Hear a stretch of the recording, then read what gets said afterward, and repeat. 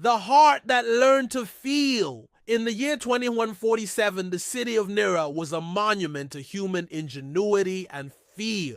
Its towers of steel and glass scraped the ash-colored sky, casting shadows that stretched like long fingers over streets humming with machinery and surveillance drones. Humanity had cured nearly every disease, optimized longevity, and perfected efficiency. But one anomaly remained, rare and cruel: the heart that could not love. Elias Harrow lived with that anomaly, cardiophrenia amoris, doctors called it. Though Elias had long stopped trying to remember the term, in simple language, it meant that any romantic feeling, any spark of affection for a woman could trigger cardiac failure. It was a life lived on a knife edge between existence and oblivion. He had learned avoidance as a craft. He avoided cafes where couples lingered, ignored the laughter of children in the streets, and kept his apartment on the 42nd floor of a mid-rise building, silent, dim, and orderly. Monitors lined the walls displaying heart metrics, news feeds, and city surveillance. Books and mechanical devices filled the space, offering distraction and solace. Love was forbidden. Desire was forbidden. Safety was all that mattered. And yet the universe has a way of defying caution. It happened on a rain-drenched morning. Elias was walking the narrow streets of Nira, his coat pulled tight, his eyes on the ground, when he saw her, Lyra. She was sketching the skyline on a glowing pad, standing beneath a lamppost that reflected faintly in the puddles.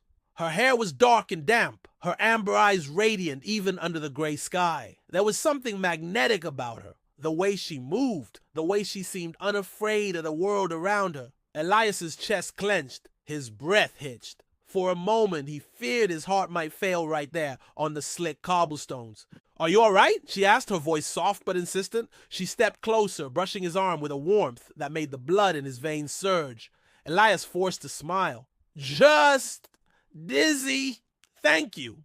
He wanted to turn and run, to return to the sterile safety of his apartment, but he did not. He stayed, mesmerized by her presence, caught in the impossible, the first spark of feeling in decades. The weeks that followed were a torture of longing and fear.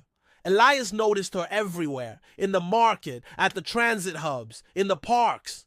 Each encounter made his chest tighten. Each smile she offered felt like a threat to his survival. He tried to retreat, to suppress his feelings, but Lyra's energy was relentless. She was laughter and light in a city of gray monotony, curiosity in a world of caution. One evening, Elias sat alone in his apartment, monitors glowing softly in the darkness. His heart rate had spiked repeatedly over the past days, each episode leaving him weak and trembling. He scoured medical archives, searching for solutions, desperate for a way to survive while allowing himself to feel.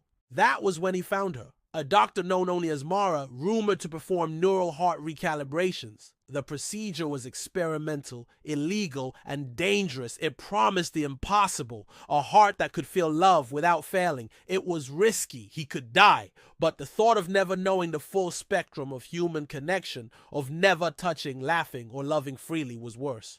The following day, Elias found Lyra at the park. Rain had stopped, leaving the streets shimmering with puddles and reflections. "I have to tell you something," he said, his voice trembling. She looked up, her gaze curious. "What is it?" He swallowed. I can't be near someone I care about. My heart, it fails when I feel love. I've spent my life avoiding it, avoiding people, because I can't risk dying." Lyra studied him, eyes soft but unwavering. Then she reached out, touching his hand. "You're not dying, Elias. You're living. You just haven't learned how to survive it yet." Her words were a spark. He had spent decades imprisoned by fear, and suddenly hope seemed real. That night he navigated the labyrinthine alleys to Mara's hidden clinic. The place was dim, humming with machinery that seemed alive. Mara, a woman with sharp eyes and an aura of quiet authority, studied him carefully. You're the one with the heart condition," she said. "Either you're very brave or very foolish." "Maybe both," Elias admitted. "The procedure is risky. Your heart could fail during the process. Or you could survive and fail for the first time. Are you willing to risk it for her?" Elias thought of Lyra, her smile, her laughter, the warmth of her hand. He nodded. Yes. The procedure was grueling. Electrodes lined his chest, nanobots infused his bloodstream, and neurostimulators adjusted the pathways between heart and brain. Hours passed as his body convulsed with sensations, sometimes painful, sometimes euphoric, always intense. He felt emotions he had long suppressed: longing, hope, fear, and a tentative joy. At one point, his heart rate spiked dangerously, monitors beeped urgently, and Mara's voice cut through the haze. "Focus, Elias! Think of calm! Control it!" He clenched his fists, imagining Lyra's face, her voice, the moment he first saw her under the lamppost. Slowly, his body obeyed. His heart stabilized, learning a new rhythm, learning how to survive the feelings it had once rejected. Hours later, Mara removed the last electrodes. Elias was alive, and for the first time, he felt truly free. The next day, Elias returned to the park. Lyra was there, sketching the skyline again, unaware of the storm that had passed inside him. "Lyra," he said softly. She looked up, surprise and hope shining in her eyes. "Elias, are you all right?" "I am," he replied. I wanted to tell you something. I can feel now. I can love without fearing the end." Tears glistened in her eyes. She closed the distance between them, taking his hands in hers. "Then don't waste another moment, Elias." For the first time in his life, he let himself fall fully into warmth, laughter, and love.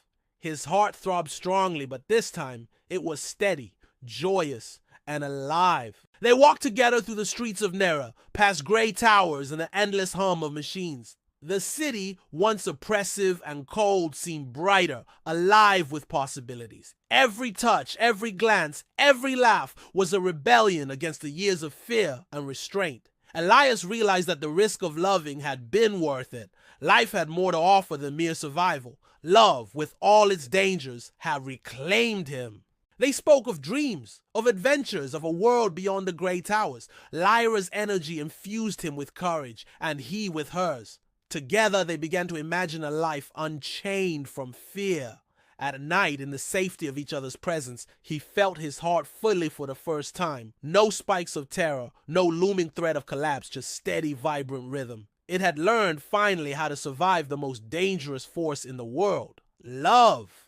And in the warmth of Lyra's hand, Elias understood the truth he had spent decades denying.